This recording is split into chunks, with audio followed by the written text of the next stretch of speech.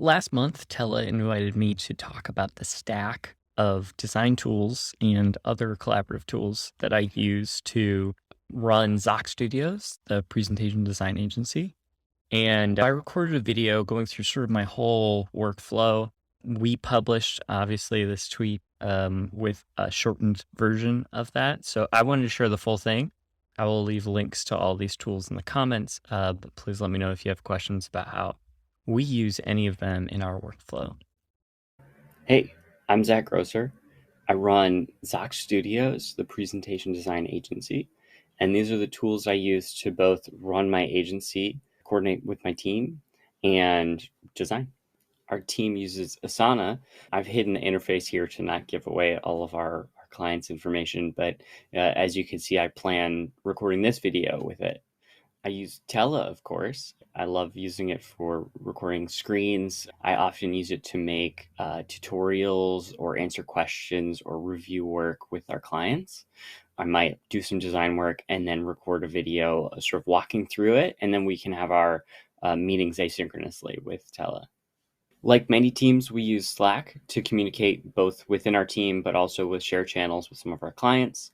We also have a Slack channel for every single client. And that way we can organize all the conversation around that one client project in one place on top of the Asana workflow so that, the conversations are easier to locate. We've recently started using Slite. I look at it more of like an internal wiki for our company. We wanted to have a central location for all the information about our studio, how we run it, what tools we use, and just so that there wasn't all these docs spread around. It's a Google Doc or it's a presentation or whatever. And as people new join the company, knowing where all those things are. So it's one centralized location. We are still building it out. It's, I think, half done at this point, but it's a great tool so far for it. Final Cut Pro is my primary video editing tool.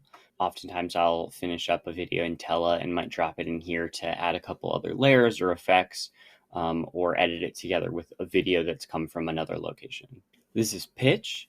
As a presentation design agency, I spend a lot of time in slide design tools. I use all of them, as you'll see here, but Pitch is the newest entrance into the presentation tool game and one of my favorites. I try to get all of my clients to move from Google Slides or PowerPoint or Keynote into Pitch because I just love it. It's got some really nice features for designers specifically, and it's a team dedicated to making presentation software versus, Google Slides. Google's got other stuff they're working on as well. And then, of course, there is Google Slides. I spend a lot of my time in Google Slides as well. It's, one of the better ones, in my opinion. A lot of designers might feel like it's more limiting, but the collaboration features and tools are really very helpful for getting client work done. Sometimes we can have all of our client communication directly in the comments of a Google Slides presentation rather than having to go back and forth on email, have meetings, etc. And of course, there's Keynote. I started my career as a presentation designer on Keynote, so I have a large affinity for it. It has some really nice features that you can't find in other presentation software. However, I also work across other operating systems. Sometimes I work on a Chromebook. I have a Windows laptop currently for my office computer. So Keynote is limited in that way, but I love it. And then, of course, there's PowerPoint. We use whatever tool our clients need us to use. So we work across all the presentation software, including my not so favorite PowerPoint.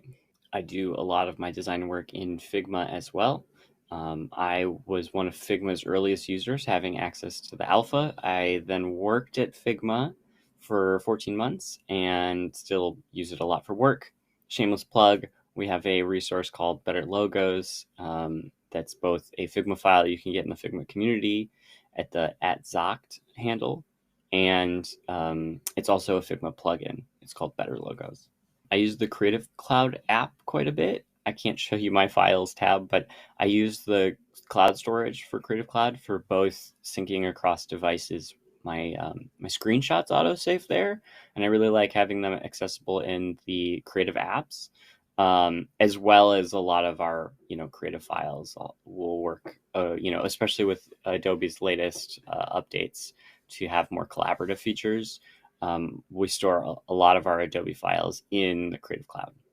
I use Photoshop to mostly prepare GIFs, either from still frames or from video content. And then every once in a while, we'll use it to like punch out a background of something. Use Illustrator mostly for print materials.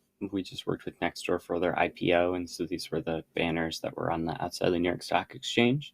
A lot of those assets you definitely want to prepare in, CMYK, and so I'll use Illustrator a lot for that.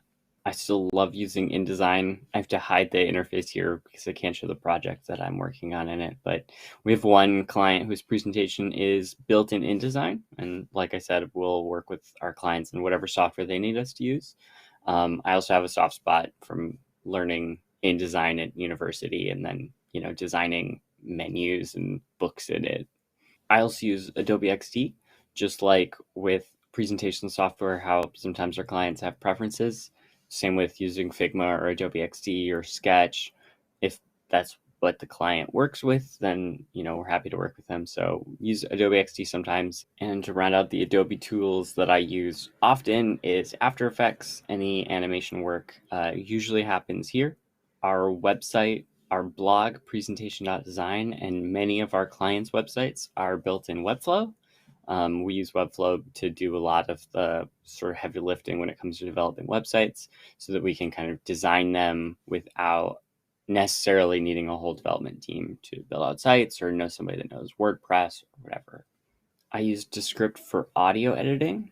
It's a really cool audio editing platform. I don't really know any other software like it because you can edit the script itself, the transcript, and it will edit the audio, or you can edit the audio and it will edit the transcript. It's super great at generating transcripts. Sometimes I'll just drop a video in here to generate the transcript so I can create subtitles or captioning.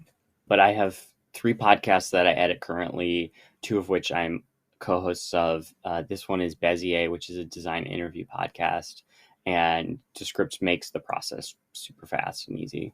Speaking of podcasting, I use Riverside.fm to record podcasts.